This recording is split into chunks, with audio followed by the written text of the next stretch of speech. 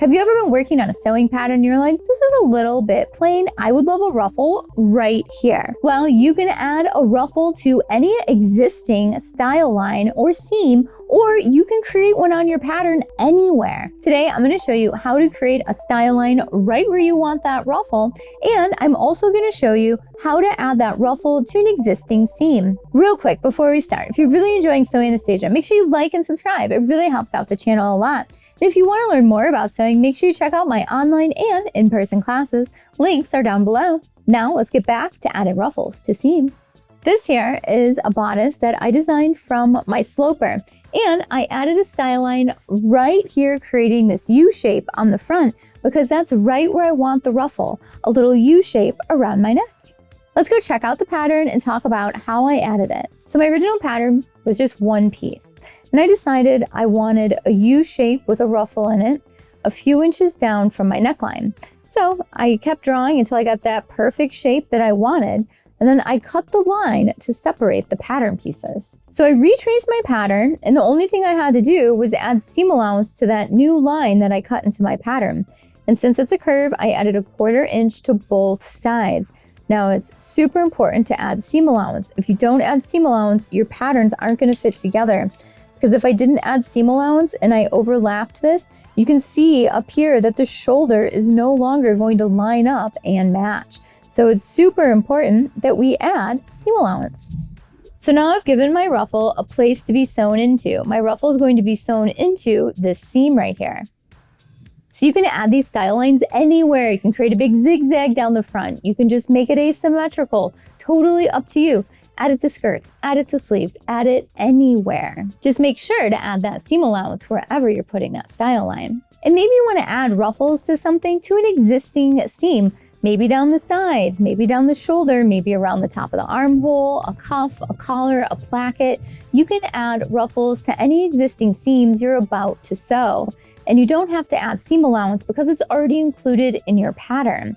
Now, I'm going to show you how to add that ruffle in the seam. And you're going to do this the same way, whether you're putting it in an existing seam or you've created a style line to add it into. Now, let's talk about cutting out your ruffle that you're going to put into the seam.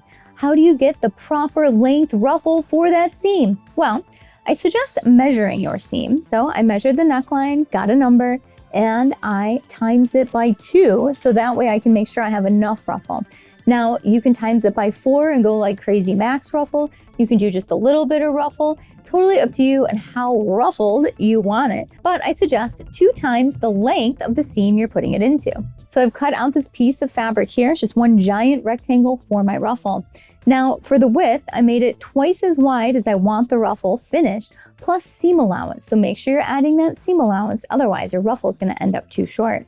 And when I'm sewing this, I'm going to sew it in half first so it has a nice finished edge on the bottom. That's why I doubled the width of the ruffle. Now if you were roll hemming the bottom or maybe using the serger to finish the bottom, you don't need double the width. That's just if you are folding it in half. So after you have your ruffle cut out, you are going to take it and fold the wrong sides together, and I just want you to iron it in half. So now I have it ironed in half and it's nice and flat. Now we need to talk about gathering our fabric up. There's a lot of different ways you can gather fabric, and today we're going to keep it simple. We're going to use the basting method. So we're going to create 2 rows of basting stitches, and then we're going to pull our fabric down the basting stitches, and it's going to gather up. The nice thing about this method is that it allows you to move the gathers around so that way you can adjust them while you're pinning. For the basting stitch, I'm going to use a straight stitch, but I still need to change some settings. So I'm going to make my stitch length as long as it'll go, which is 5 millimeters on my machine, could be 4 on yours, or even 6 or greater. Make it as long as it'll go. If you're working with a really thick fabric, I want you to put less tension on your thread. Working with a thin fabric, so I'm just gonna keep my thread tension right where it's at. So I'm gonna add my first row of stitches 3/8 of an inch away from the edge. And while you're doing this, make sure your fabric's not gathering up right now because we need to go back and add 1 more row.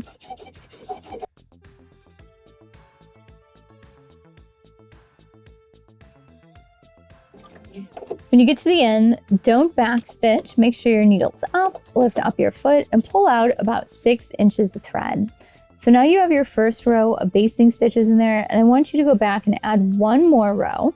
Start at the beginning, and we're going to add this row about 1/4 of an inch away from this one.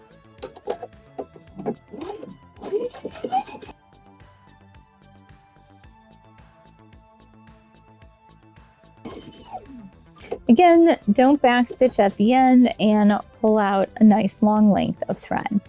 So now that we have 2 rows of basting stitches in, we are ready to gather this up, and then we can place it into the seam. So if you're not familiar with gathering, what you're going to do is separate your 2 top threads from your 2 bottom threads. You're going to hold just the 2 top threads, so don't hold those bottom threads, and then take your fabric and pull your fabric. And your fabric is going to move right down the threads. Look at that, starting to gather up. And then what you're going to do is just keep moving your fabric down the thread. Make sure you don't pull the thread, because the thread can come right out of your fabric because it's just a basting stitch.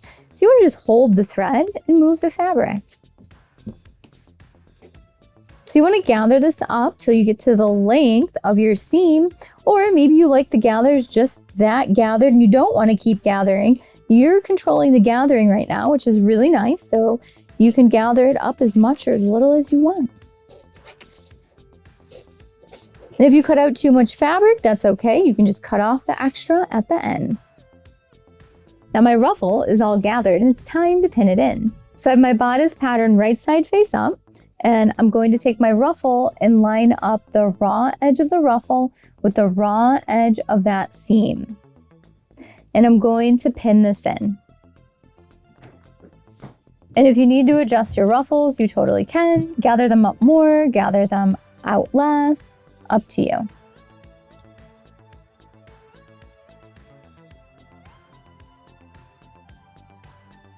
Now it's all pinned up. So now before we attach the other piece of the top, I'm just gonna run a stitch around the edge here to keep that ruffle on. So that way, when I'm sewing this other curved edge in, I don't have to worry about those ruffles moving around on me. If you just have a plain straight seam, you might not need to do this. So I'm just adding a stitch, regular stitch length, just by the edge, just to keep it down.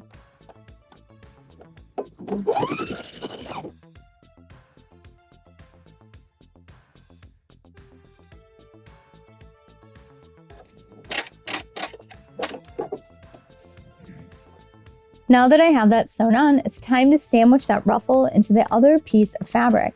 So we're gonna flip it right sides together, and we're going to start pinning, and we're sandwiching that ruffle right in between the 2 layers.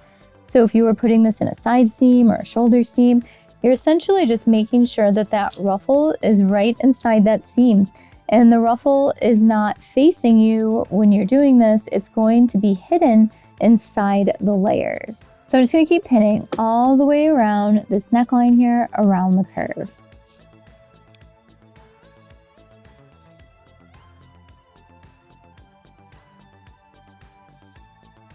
Now I have the ruffle in between those 2 layers of fabric, and it's time to sew it together.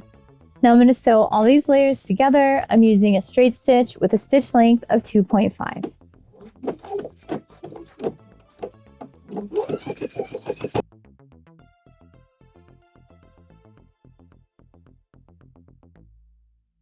Back stitch at the end. And now we're done. I removed my basting stitches because I could see them on the outside, and now we are completely finished. Let's take a look at it. So you can see how nice this ruffle looks right in that seam. And when we pull it back, you can see that we just have a nice clean finished edge there. There's no raw edges on the outside because they are in the seam. And now we have our beautiful ruffle. Look at how amazing our shirt looks with the ruffle inside of the seam. This is such a great, easy technique that you can add to any pattern or any seam. Thanks so much for watching Sew Anastasia today. If you have any questions, let me know. Leave them down below and I'll get back as soon as I can. And if you enjoyed the video, make sure you like, subscribe, and hit the notification bell so you know when all the new videos come out. And if you'd like to learn more about sewing, make sure you check out my online classes and my in-person classes here in Chicago. There's links down below for all the information. And make sure you check out the Instagram and Instagram stories to stay up to date with everything that's new. Thank you so much for watching today. Bye!